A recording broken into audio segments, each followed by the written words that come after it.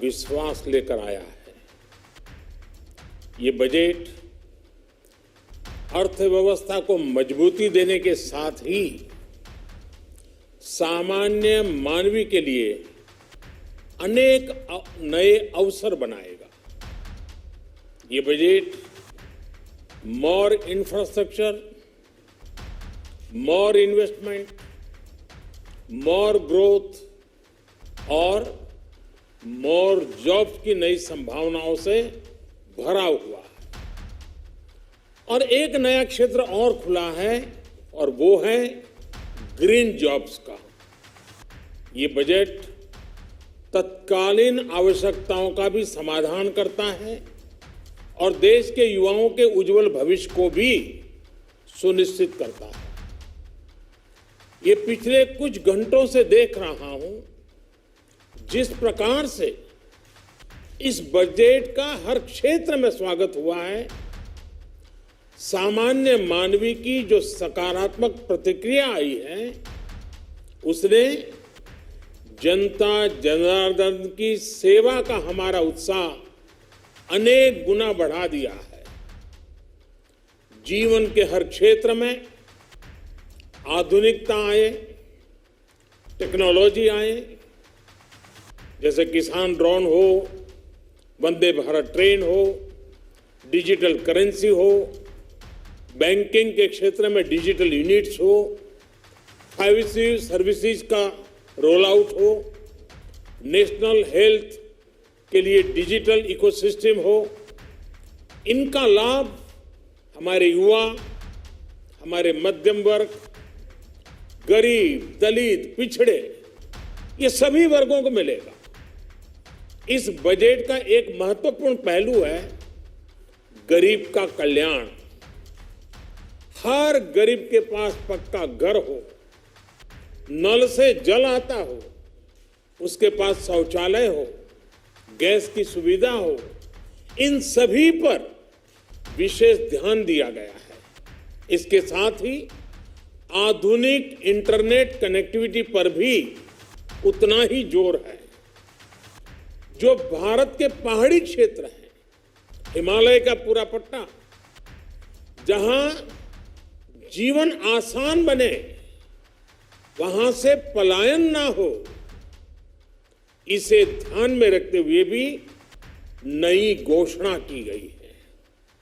Himachal, Uttarakhand, Jammu Kashmir, north east ऐसे क्षेत्रों के लिए पहली बार देश में पर्वतमाला योजना शुरू की जा रही है। ये योजना पहाड़ों पर ट्रांसपोर्टेशन और कनेक्टिविटी की आधुनिक व्यवस्था का निर्माण करेगी और इससे हमारे देश के जो सीमावर्ती गांव है, बॉर्डर के गांव है, जिसका वाइब्रेंट होना जरूरी है, जो देश की सिक्योरिटी के लिए भी आवश्यकता है, उसको भी बहुत बड़ी ताकत मिलेगी।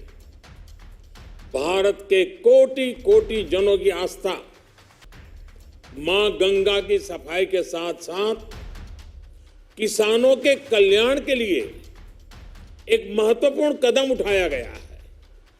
उत्तराखंड, उत्तर प्रदेश, झारखंड, बिहार, पश्चिम बंगाल, इन राज्यों में गंगा किनारे नेचुरल फार्मिंग को प्रोत्साहन दिया जाएगा। इससे मां गंगा की सफाई का जो अभियान है, उसमें मां गंगा को केमिकल मुक्त करने में भी बहुत बड़ी मदद मिलेगी।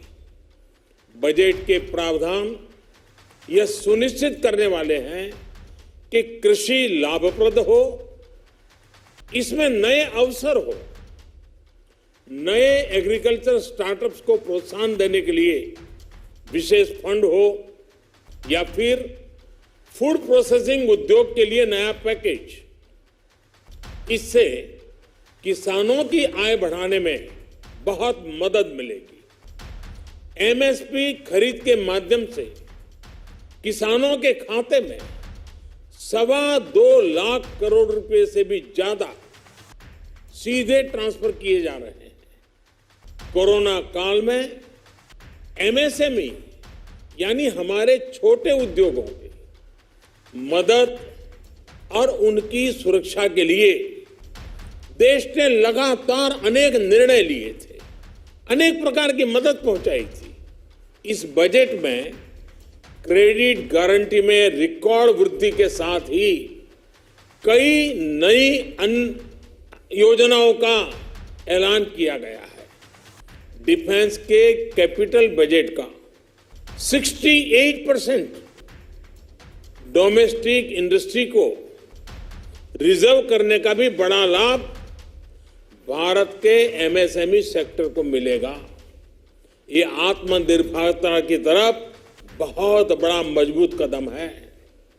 7.5 लाख करोड़ रुपए के पब्लिक इन्वेस्टमेंट से अर्थव्यवस्था को नई गति के साथ ही छोटे और अन्य उद्योगों के लिए नए अवसर भी बनेंगे।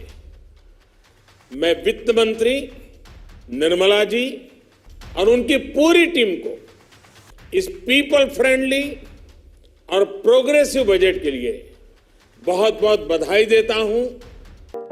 अपने आसपास और देश विदेश की खबरों से अपडेट रहने के लिए व्यू इंडिया टाइम्स को यूट्यूब में सब्सक्राइब, लाइक और शेयर करें।